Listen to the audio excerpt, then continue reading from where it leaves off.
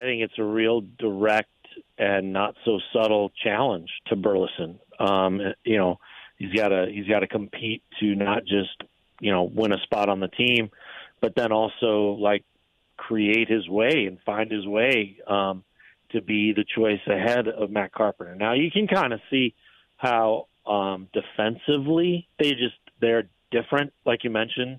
They're not going to go out and win a Gold Glove, for example, and they're not going to displace the starter at any of their positions, really. But Carpenter doesn't play the outfield, so there's a spot where Burleson can get some, time, and Burleson doesn't play third base, so there's a spot where Carpenter could get some starts unless that's where Nolan Gorman starts. I think, I think when you start going down the list of left-handed versatile bats, you got Gorman, obviously, second base, third base, or DH.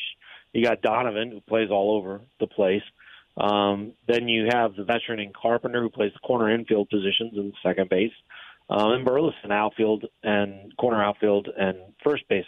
And I think that's also in the order that I would not be surprised, and it's a pick-em between Gorman and Donovan, the number of plate appearances they're going to get this season. And I think that's a real open question as to whether or not that's best for Burleson, or if, in a way, he's going to be kind of the, let's say, the developing pitcher of that group and shuttling between Memphis and the majors based on need or based on opportunity. They go up against a team or a road trip or something like that where they're going to face a lot of tough right-handed blowtorch relievers. Maybe that's when Burleson is up. But if they go through a stretch where the matchups aren't quite the same, or their need for depth is a little bit different, then they send him back to Memphis and he gets gobs of playing time there. And the way you outlined it, Bernie, I think is interesting because I don't see how that happens. And maybe I'll be proved wrong, but I've heard it before and never seen it. Yeah, I don't see how it happens either. But, sometimes you give them a chance to show that when they're saying, hey, we see a way to have them both on. You give them a chance to pretty much show it. So we'll see. Yeah. I'm very much a skeptic. And the other thing about that configuration, if you have a four-man bench and two of the guys are pretty redundant, and again, because they have so many common traits as far as what they can do, Burleson and Carpenter, that leaves Ivan Herrera. You need him. That's not an option, number 2 catcher. And Dylan Carlson's the 4th outfielder. And it's that's it. There's your bench. I know Tommy Edman can come in and play shortstop and all that. I don't think that's something they want to do a lot of, because they want him in center. So where's the utility middle infielder? And maybe how does that roster make a lot of sense without maybe having one of those guys? And I'm aware of all the multi-positional players they have. I really am. But I also know Fermin has not played. In recent years, has not played that much shortstop in the minors, and so I just don't know. So having a bench with both Carpenter and Burleson, doesn't it really limit their versatility, their flexibility, and just maybe leave them a little bit at risk in terms of who can take over at shortstop without disturbing Tommy Edman in center field? Yeah, I think the answer is they disturb Tommy Edman in center field. Whatever twists and turns and origami you want to do to the roster, I don't see where Tommy Edman isn't the backup shortstop. Maybe ultimately down the road that someone from the minors emerges. But if they're clearly putting, they want to put an emphasis on defense. I guess you could say that they'd see some time for Donovan at shortstop. You could do that, but that's sometime. But if they need a shortstop, it's Tommy Edman, and they want to get him in center field. But at the same time, they're also saying that they want to see Dylan Carlson and his talent manifest, and that would at least imply that they're open to the notion that Dylan Carlson gets a run in center field. So I think what they're saying now, what they say now, is they want the best of all the worlds, and we know that what they'll do is they'll look at like where the production is, where the performance is, and it's at that point in time that's really just hard to see a roster computation, if that's the word, or roster makeup that doesn't have Tommy Edman as the backup shortstop. Derrick Goold is with us, our friend from the Post-Dispatch STL today. Just as an aside, and I'm obviously trying to be lighthearted on this, not to be taken literally, but I always read your chat. I make sure to read Ben Frederickson's chat. And I noticed in both chats this week that apparently some of the outstanding readers of the Post-Dispatch and STL today, apparently they think you two gentlemen are in charge of the payroll. I didn't realize that you had assumed those powers, Derrick. So should I congratulate you or you know? No. I've heard for years that, and it's only from a few people, but I think it's like one of the highest compliments I could get, where they're like, "Man, this team would be better if you asked better questions." I'm like, "Man, imagine the power that you're giving me. That like these." You know, there was a time where I was told I was not a leader of men because I'm a reporter, but here these fans think that not only am I a leader of men, but, man, I am a motivator of men with just the mere questions I could ask. That is some kind of power. No, I mean, I say that tongue-in-cheek, as you know. I know, and I can claim on one of these rare times I can claim that I can stand right next to you because all of my years at the Post-Dispatch and STL today, but also just in other things I've done, including this show. I understand fans' frustration, and you and I have discussed at length the fact that they have not adjusted at least to the high-end pitching market, because the cost just keeps going up, but they still want to sort of do it the way they've always done it. And you've laid that out very, very well, and you have challenged them repeatedly to that end. And I think I've done the same. You have the higher profile because you're the beat writer, and everyone respects the heck out of you. But I don't know. The idea that the key people, not the key people that cover baseball in a town, but I'm mostly, with no disrespect to anyone else, I'm mostly, referring to you and John Denton, but also your Post-Dispatch colleagues and colleagues from the past, like Joe Strauss, like myself. The idea that we don't challenge and question and pester them, the front office and even Mr. DeWitt, about payroll, we pester them all the time. But as I always tell people, Derrick, and I'm sorry to make a speech, it's like there's at some point, Bill DeWitt's owned this thing. This will be his 29th season coming up. At some point, like the old saying goes, and I recycle this, and I apologize. When someone tells you, shows you who they are, at some point you just got to believe them. So I'm not sure why. I'm not sure why so many fans think that all of a sudden they're going to pivot and do something they haven't done. I mean, they really haven't done. I know they tried to do it with David Price, but that didn't work out. They took a pass on Max Scherzer, for God's sake. So I don't know why people think it'll be different. Say it was a mistake. Yeah. I mean, so why would we expect them? Why would we expect them to radically change what they've been doing for nearly 30 years? I understand the frustration. What I don't understand is just the idea, like, okay, for better, for worse, this is who they are. So no, as a fan, I know they're not going to sign this guy or that guy. So, right. But blaming the media is just whatever. I mean, it's just.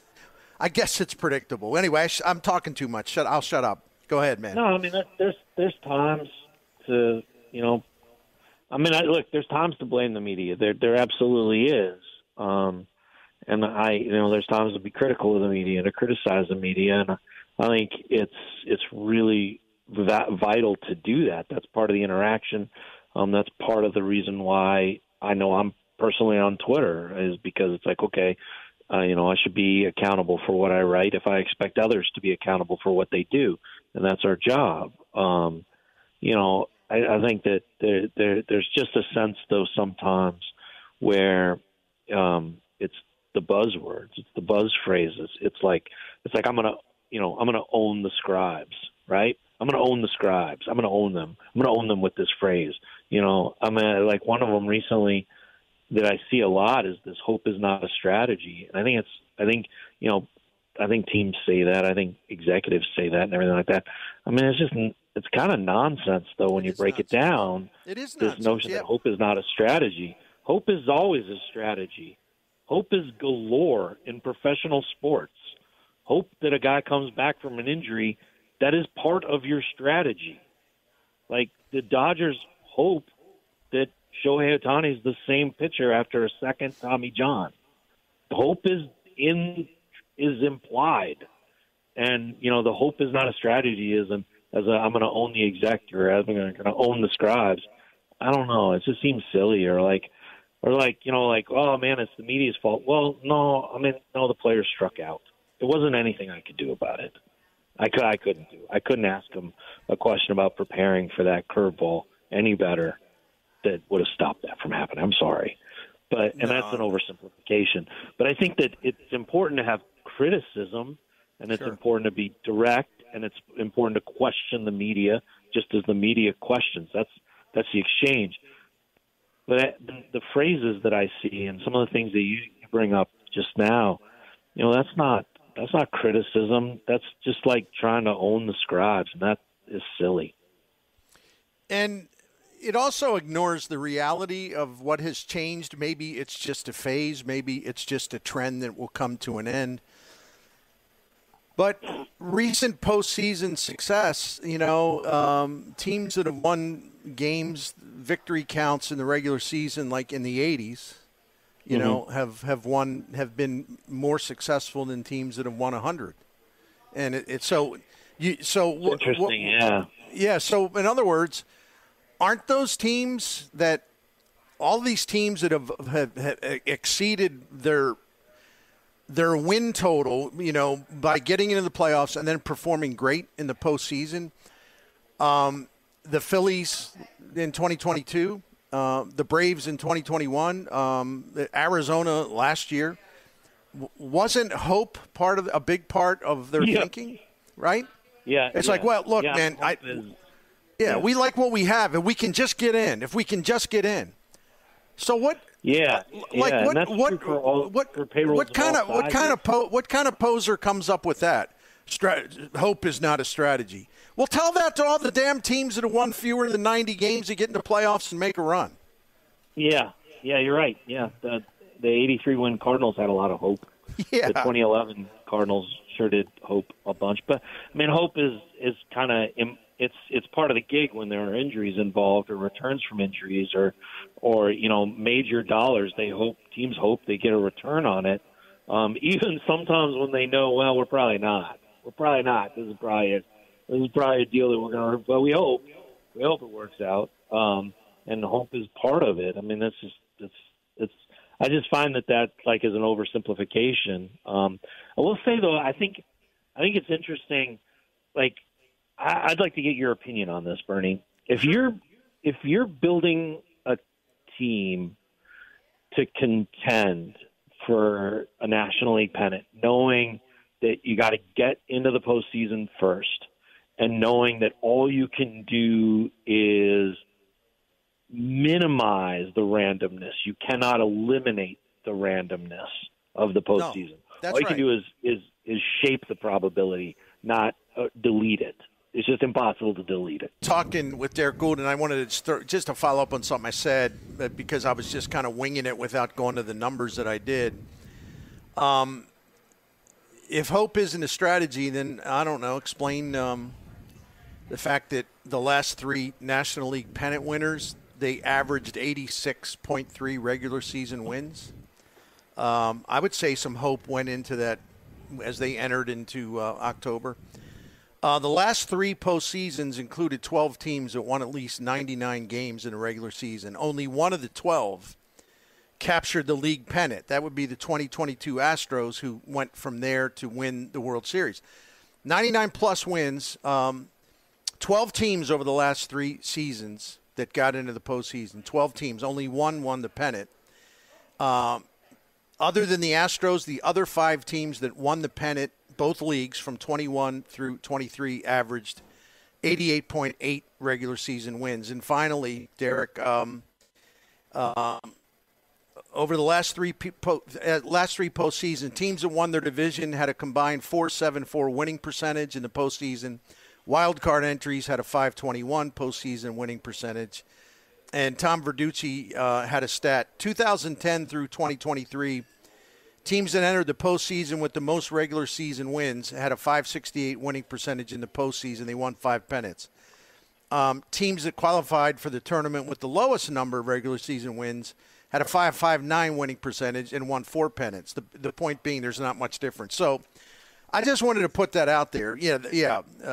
Hope is not a strategy. I'm going to change that. Hope may not be a, quote, strategy, but hope is actually a reality. So hope has a seat at the table. Right? Yeah.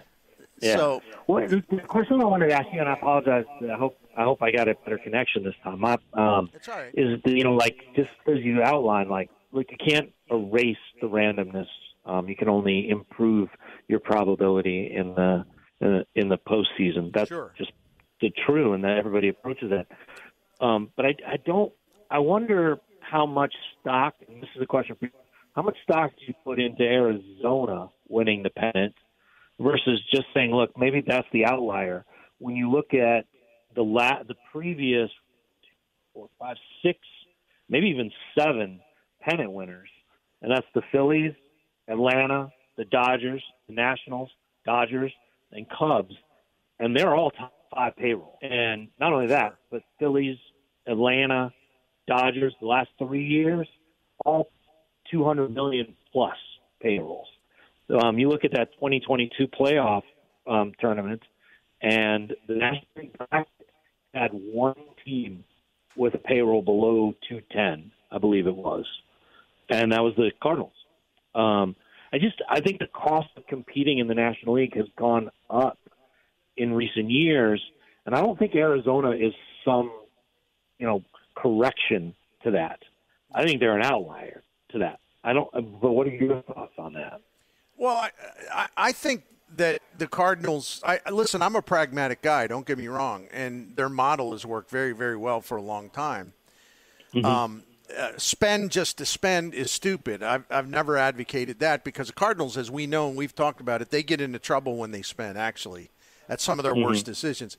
But they owe it to their fans to make more of an effort along those lines. If they are, this is something that you covered in your chat, and you have covered. If one key piece could really make a huge difference for them, maybe 2 pieces.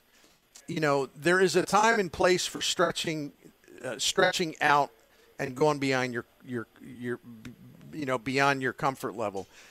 That doesn't make you Steve Cohn. That doesn't make you AJ Preller, who just keeps throwing money at it, hoping that somehow they wind up in the World Series. But the Cardinals ought to take their wisdom and their discipline through the years and just every now and then really take that gamble that makes sense. They should spend more. I don't think you. I know you don't disagree with that. I don't disagree with that. Yeah. Ben Fred doesn't disagree with that. But what are we supposed to do? As you've pointed out many, many times, who has the ultimate power? The people that buy the tickets. Yeah, the consumer activism. Yeah. Yeah, it's not us. We've all hollered about this, right? The fans have the final vote, and they, pardon the cliche, they vote with their wallets and their debit cards. They don't. And Bill DeWitt Jr. The fastest way for them to get really, really nervous is to see a bunch of empty seats on a frequent basis. Yeah. Yeah, and I mean they had a playoff game that didn't sell out. I've referenced it before, but sure, right. Yeah, I mean I think there's a real sense around Busch Stadium. Talking with folks about how pivotal this year is, and in a lot of ways, they have the broadcasting. We'll see if that gets sorted out. But even if it does get sorted out with Amazon to the rescue, Cardinals are still somewhat in that weird limbo. They're a profitable group. The Diamond Sports Group has paid or will pay them for 2024.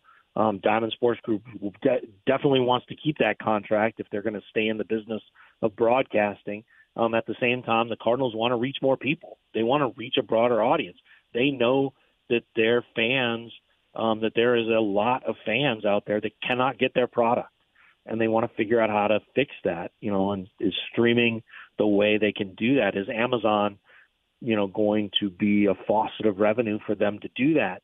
At the same time, they realize that the results on the field, they've done okay with ticket sales, but they know that the best way to invigorate ticket sales throughout the entire season is to have a winning team. Is this the team that's going to do it? The additions that they made weren't exactly Nolan Arenado level as we speak here on the anniversary of that deal really gaining momentum. I think that, they recognize there's a lot that goes into this year, not the least of which is, that their model and their choices, are, again, under scrutiny. And what changes they made both in how they signed players, but also in what they're going to do to develop players and what they're also going to do to support players, such as the expanded coaching staff. All of that stuff is under scrutiny, and they don't really have, the 3-year plan to get back into contention. They have the 3-minute plan. This has to happen now. They're trying to microwave the changes. And I think they all recognize that. I mean, just that alone, that urgency they feel, or the urgency that their actions suggest, even the age of the pitchers and the length of the contract that they signed, it all suggests, that there's a lot on the line this year, and how they come out of it will say a lot about what they believe their direction is headed, or if they feel they need a new one. No doubt about it. This is a great conversation. We can continue it next time you're on with us. Perfect. So we got to get to a timeout, and we have another guest coming up. But I always love talking with you, man. And I like going deeper into the stuff too. So that's good. That's good. It's really good. So thanks as always. Yeah, you bet. And I'll talk to you next week from Florida. Oh, I can't wait. I know it's so close. It's so close. It really is. It's amazing. It's great. Derrick Goold with us here on 590 The Fan KFNS live today at Friendly Sports Bar and Grill. And no, I just I didn't mean to kind of start that whole thing, but it just amazes me how the oldest play in the St. Louis baseball fan base, as far as those who want to,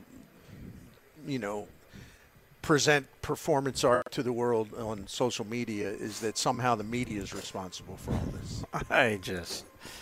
I chuckle every time I see it. Like, why don't you do this? They're reporting on the game. They're not. They don't have any say. Who's in the lineup that day, right, or why this guy was signed? Well, we don't control the payroll. Exactly. We don't make trades. But this notion that we don't repeatedly ask about payroll or repeatedly talk about payroll. I mean, it's just really stupid. And it's like, and I'm not blaming the fans. I've said this a million times. I'm not blaming the fans who continue to go down to Busch Stadium and enjoy Cardinals baseball, or just enjoy the experience, because that's their money. It's their lives, and they should be able to do whatever they want. And the fact is, St. Louis is such a great baseball town, and baseball is such a way of life in our town. It is a big-time social event to go to the ballpark. That's why you just see such a really interesting mix of people that just you see kids, you see grandparents, you see obviously moms and dads, and you see every demographic represented, but there's just a lot of people who just see it. It's like, a night at the ballpark or Sunday afternoon at the ballpark is a lot of fun. So let's go. And I would be one of the worst human beings alive to somehow condemn the fans for wanting to spend their money and seek out entertainment in a way that pleases them.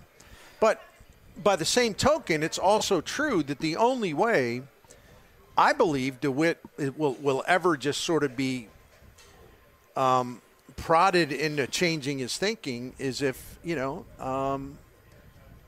that attendance starts to go down and down and down and down.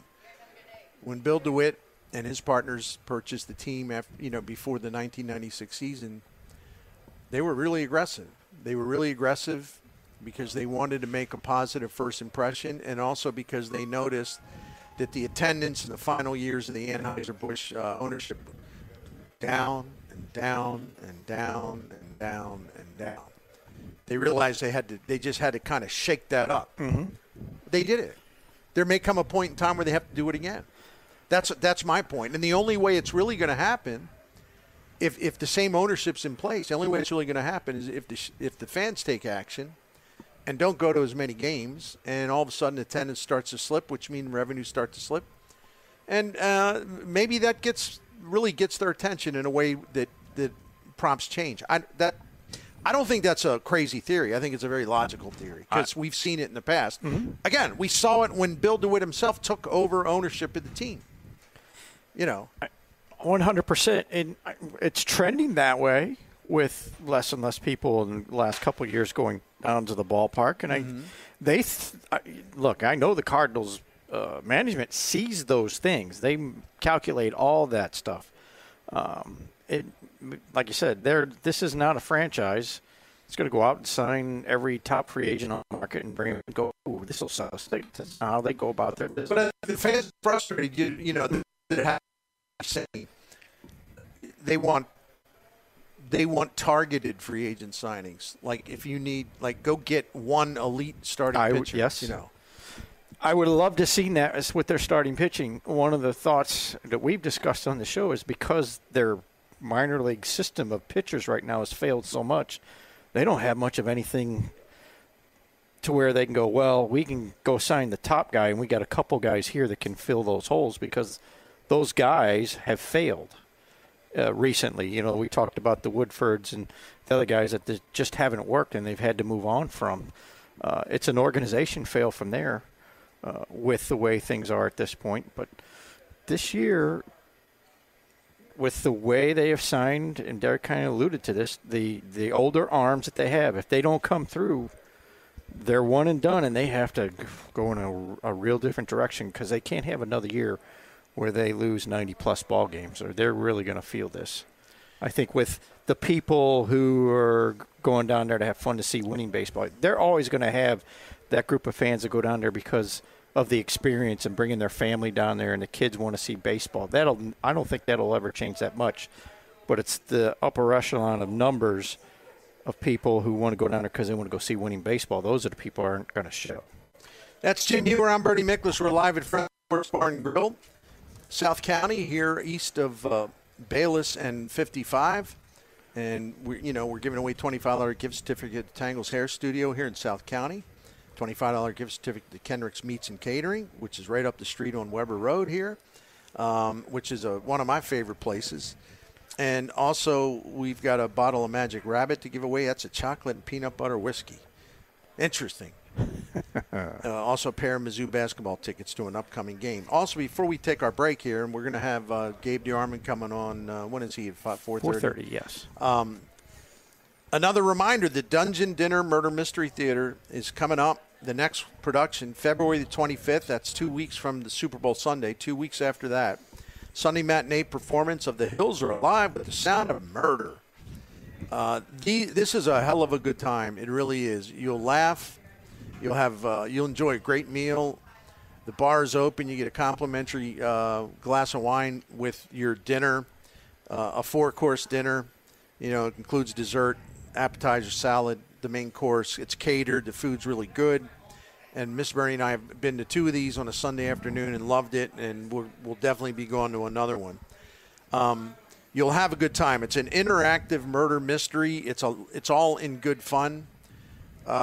If you have you're not going to get scared. It's not Alfred Hitchcock. You're actually going to really appreciate how creative and witty. It's a two-person cast and how good they are, the energy, the thought that's put into this, and the way they get the audience involved. It's a really great time. So, again, February 25th, doors open at noon for The Hills Are Alive with the Sound of Murder. $65 per person. I explained everything you get. It's well worth every nickel. For more information, go to DungeonDinnerTheater.com or call Denny at 314-256-0900, 256-0900. We'll be right back after this. And believe it or not, maybe talk some NFL football. I know that some people were not supposed to say we shouldn't be doing that. Did you see those ratings for the conference championship games? I did not see specifically. Only because only all-time record. Is it all-time record? Okay, yeah, okay, yeah, that's yeah. And it's funny, and then and I know we're going to dig, but it's really funny. Because you have the people that really love and support Taylor Swift, and that's fine because I think I happen to like her very much as far as the way she handles herself, how she treats people that work for her, things like. There's a million examples of that, right? And she makes people happy, the people that are fans, and she's pretty much got more fans than any entertainer alive. And for anyone to deny that, it's just like you may want to sit this one out, champ. Right? Agreed. But you also have people that wrongfully want to attach somehow the NFL's popularity to her presence and all the Swifties getting involved. What's happened there is all the Swifties are getting involved and becoming first-time football fans, which is good for the league. But as far as actual viewership, the NFC game did not have Taylor Swift in the stands or in the boxes, in a box at Santa Clara. Right. The rating for the NFC game was just as strong, may have even been slightly higher than the AFC game earlier in the day that had Taylor Swift and had the Kelsey family and everything else. And I noticed as she was leaving, she was coming down from the luxury suite, and someone had their iPhone, camera rolling. She's walking through, and some idiot Ravens fan says, "Taylor, you're ruining football." So let me try to explain it to the morons on both sides of this argument. Yes. How can she be ruining football where they're setting all-time records for TV ratings? Okay. The popularity of the sport continues to rise at a time where other sports are really challenged, even to get the damn games on the air, okay? Yes. And also challenged and to maintain their market share compared to the other major sports. So I'm not sure how the morons on that side, I'm not sure how their takeaway is that she's hurting the NFL. But the people that aren't as stupid as the real stupid people, but the people that are also just kind of naive and suggesting that she, because of her, people are watching football. No. Maybe from a certain demographic more are watching football. But they're getting killer ratings whether she's in a luxury suite or not. Exactly true. I've never seen anything like this. The Athletic did a thing about the TV ratings, and it was really good. Broke it down because the numbers are staggering.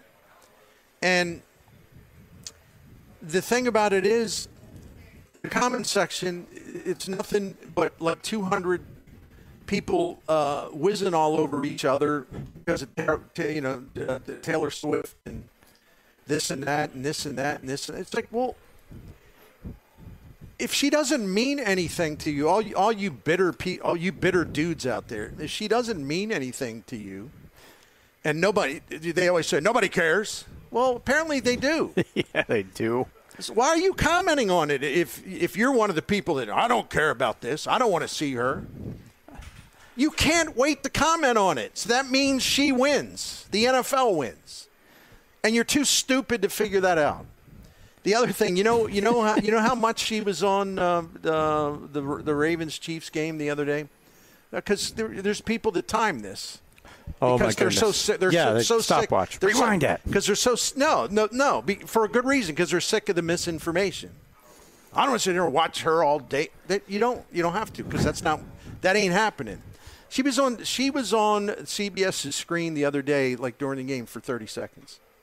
For the whole game, 30 seconds. 30 seconds. Come on, people. I'm tired of looking. Well, you really, in fact, you can close your eyes for those 30 seconds and you'll never know, because it's only 30 seconds.